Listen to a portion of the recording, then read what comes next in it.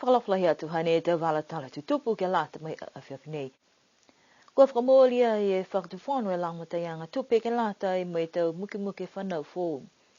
Hoko mai tua e taha tangata ngahua mai he matakau NZQA ke lata mai whalatu sivianga ke tuahanga he te whakakuanga he te whanau aonga tukulunga. Ko tuku atu he whahinga hua whenonga wewe e uina ki he tangata talhaua ni ko iloa koe The Rock ke hoko mai ki niwe.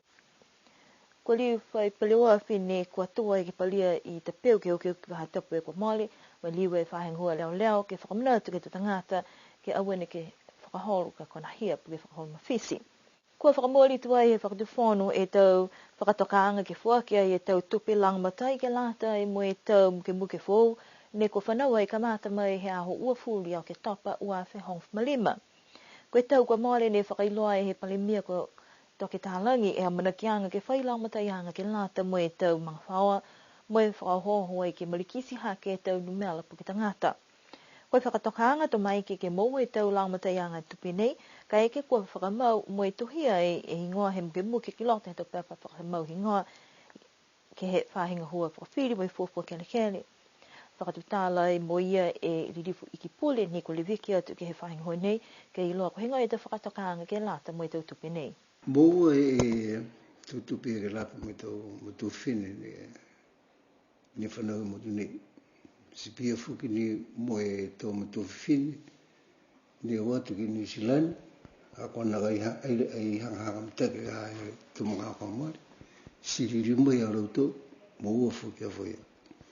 Ka koe tau mo tau whine ni koe ni ue, naka i hanga o e whakatakaga ia ki tau mo tau whine ni naka i mo ua e pepa na whamau ke mo tu nei. Ai whai whakatakaanga ke kaupā mai, ki peheri me tau, po ke whanau tuki mua, po ke ostua, nakai. So ke kakana ni ia, koe uta ni ke whakatuwhanu. Ai la whai whakatakaanga e ke pehe kaupā mai ni he tau e. So ke kakana ni ia koe mua horoloa, ke te mga oni, ono tufu ke tau i mua. Koe lafi mai mahina o ke tapa ke hoke mahina iuni aho tulungufuru, e iuni he tau ne, toko ngufuru marima e muke ne whanau he wahaloto ia mai o ke tapa o marima, ke hoko kia iuni. So koe whakatokanga e mga ne, toko ngufuru marima lo tolu ia, ke mua e ue aftara e tātama.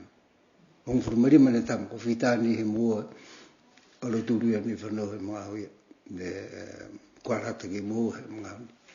So tau whine ni ue osi ia, me whalu fuki mehi, no mo tau whine i whawha ko ana nofe mutu nei ka ko mua e tohi nofo mau, ka eke kua whai. Ka e katoa ana,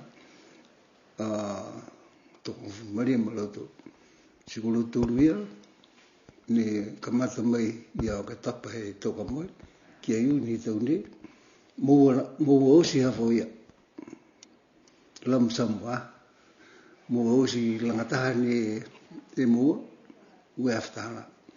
Ka kolo tolu me ne whanau he mahina a iulai he tau ne, ke hoko mai ke he ao ne, mua wala hafo ia, ilimi seo tāla, ue whaitap, uta ni ke whakatokanga kua whakatoka e whaenga hua.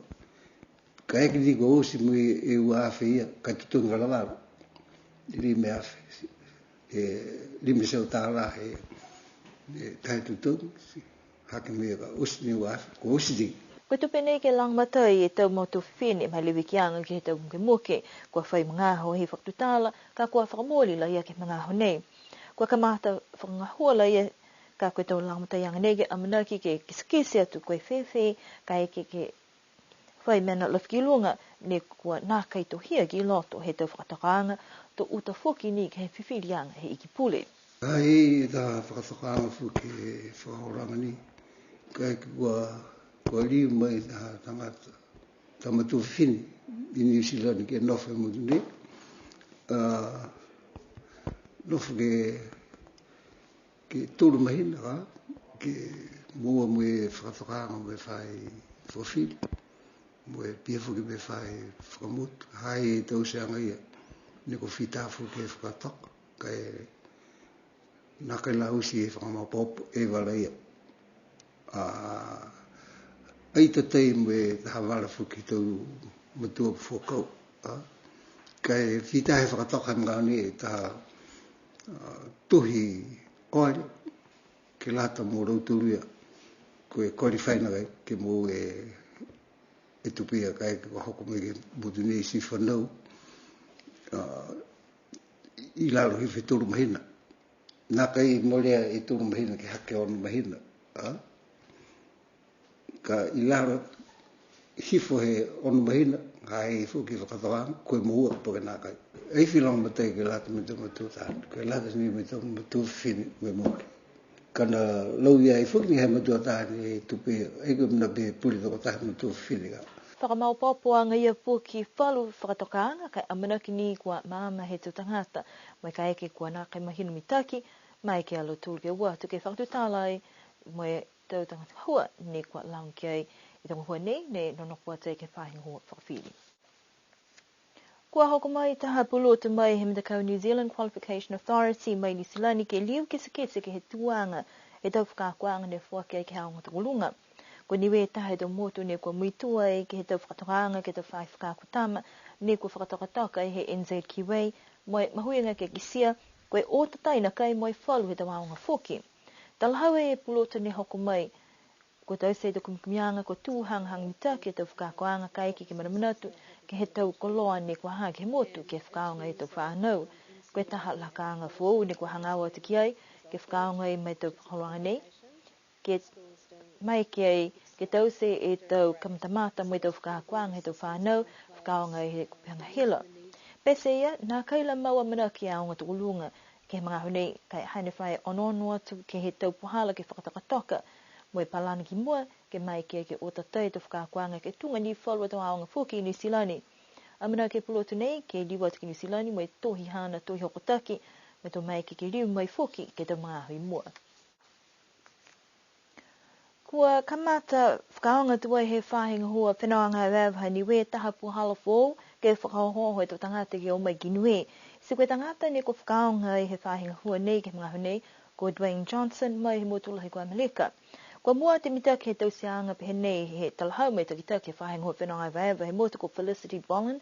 Ha kua nā kai whai tupe lahi kua whakamale ke iloa whakalaulahi ke he lalolangi e motu ko niwe. Koe tupe tose ni ne ko whakaonga ke whakamaupopoa ki e ki whanga ne tau se he whainga hua. Ke tuku ki loto he tau kupeanga hila.